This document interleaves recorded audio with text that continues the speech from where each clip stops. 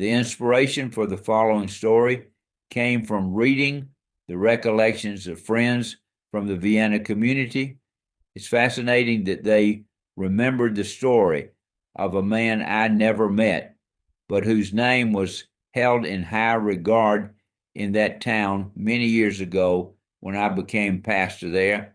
My ministry began in Vienna, Georgia, where these young people were reminiscing about Senator Walter F. George. The First Baptist Church has the George Chapel just off the sanctuary. It served as a meeting place for John Bonner's Sunday school class for many years, but it was a private sanctuary for me. Whenever I returned for special events at First Baptist Church, my first stop was always the George Chapel, where I spent time alone in prayer and contemplation about my upcoming responsibilities. George Walter F. George has been significant in my life for nearly 50 years. As this discussion proceeded on Facebook, it became a warm account of the memories and legacy of Walter F. George. Although I did not know him personally, I was well acquainted with his son, Herd, who served as a deacon at our church. Herd was an avid Gideon and did many wonderful things.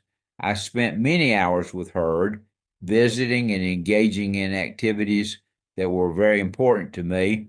I decided to make this short notification about what Walter F. George's public service has done for so many. My connection made me remember the history and another story that Dr. Fred Craddock loves to tell, which you will enjoy as I have for the past 30 years. The story of Walter F. George. Walter Franklin. George was born on a small farm in Georgia on January 29, 1878. His parents, Sarah and Robert, were sharecroppers with little money. Despite their financial struggles, Walter recognized the power of education and hard work, which later guided his efforts to help farmers in small towns. Walter pursued education fervently, graduating from Mercer University and becoming a respected lawyer by 1901. Mercer later named its law school after him. His career progressed from lawyer to judge, and he eventually served 35 years in the U.S. Senate starting in 1922. He played crucial roles during the Great Depression, World War II, and in creating NATO. He focused on rural areas, promoting electricity for farms and vocational education. George's legacy illustrates how determination and education can overcome hardships. He is celebrated as a leader who positively impacted Georgia and the nation. Senate career and legislative achievements. George entered national politics in 1922 following Senator Thomas E. Watson's death. Resigning from the Georgia Supreme Court, he won the special election, beginning a long Senate career during pivotal moments in American history. George was a conservative Democrat who aligned with Southern traditions but showed independence in issues like vocational education and agricultural policy. His leadership in vocational education culminated in the George Barton Act of 1946, which expanded federal support and improved upon earlier legislation, reflecting his dedication to practical education and economic development. As chairman of the Senate Finance Committee, George influenced wartime economic policy and collaborated with President Roosevelt during World War II. His roles on key committees showcased his fiscal expertise and contributions to American diplomacy during critical periods. Walter F. George, a leader who made a difference. Walter Franklin. George's life exemplifies the impact of hard work, education, and community service. He achieved great things despite humble beginnings, inspiring others to improve their communities. His dedication to Georgia and the United States demonstrates that determination and education can lead to overcoming challenges and making a difference.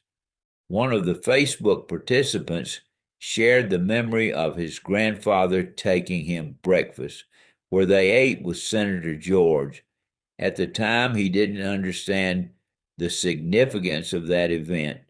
His story of being in the presence of Senator Walter F. George sparked the memory of a story Dr. Fred Craddock wrote. So, in the Craddock tradition, let me share this story about an encounter Craddock once had while on vacation. After ordering breakfast at a local restaurant, the couple waited for their meal, hoping to enjoy a few private moments together, when they noticed a distinguished-looking, white-haired gentleman moving from table to table, visiting with the guests. The professor leaned over and whispered to his wife, "We came here to get away from the crowds. I hope he doesn't come over." But sure enough, the man soon stopped at their table. "Where are you folks from?" he asked in a friendly voice. "Oklahoma," they answered. "Great to have you here in Tennessee," the stranger said. "What do you do for a living?" "I teach at a seminary," he replied. "Oh, so you teach preachers how to preach, do you? Well, I've got a great story for you." And with that, the gentleman pulled up a chair and sat down. At that point, the professor groaned and thought, "Great, just what I need, another preacher's story." Pointing out a window, the man continued, "See that mountain there? Not far from the base of that mountain, an unwed mother gave birth to a son. At age 6, the mother had such a difficult time that she placed the boy in an orphanage. He had a hard life in his early years because people asked the same question about every place he went. 'Young man, who's your daddy?' At school, the boy often hid from his fellow students during recess and almost always sat alone while having lunch. Because the question caused so much pain, he avoided going into local shops. Although he attended church regularly, he always arrived late and stepped out early. When he was about 12, a new minister at his church gave the sermon. The benediction happened so fast that the boy got caught in the aisle and had to walk out with everyone else. When he reached the exit, the new minister, not knowing anything about the young man, put his hand on his shoulder and asked, 'Son, who is your daddy?' When some congregation members heard the question, they became deathly quiet, knowing that the young man was embarrassed. By the sheepish looks on the faces of those within earshot, the minister realized his mistake and, using discernment that only the Holy Spirit could provide, quickly recovered. "Wait a minute, I see the family resemblance. You are a child of God." With that, he placed his hand on the shoulder of the young man and said, "Boy, you got a great inheritance. Go and claim it." That young man was never the same again. The stranger continued. Whenever anybody asked him, "Who's your daddy?" he'd answer, "I'm a child of God." Isn't that a great story? The professor, by then genuinely interested, responded, "It is." As the older man walked away, he remarked, "If that new preacher hadn't told me that I was one of God's children, I probably never would have amounted to anything." The professor, deeply moved by the experience, called his waitress over and asked, Do you know who that man is? The waitress smiled.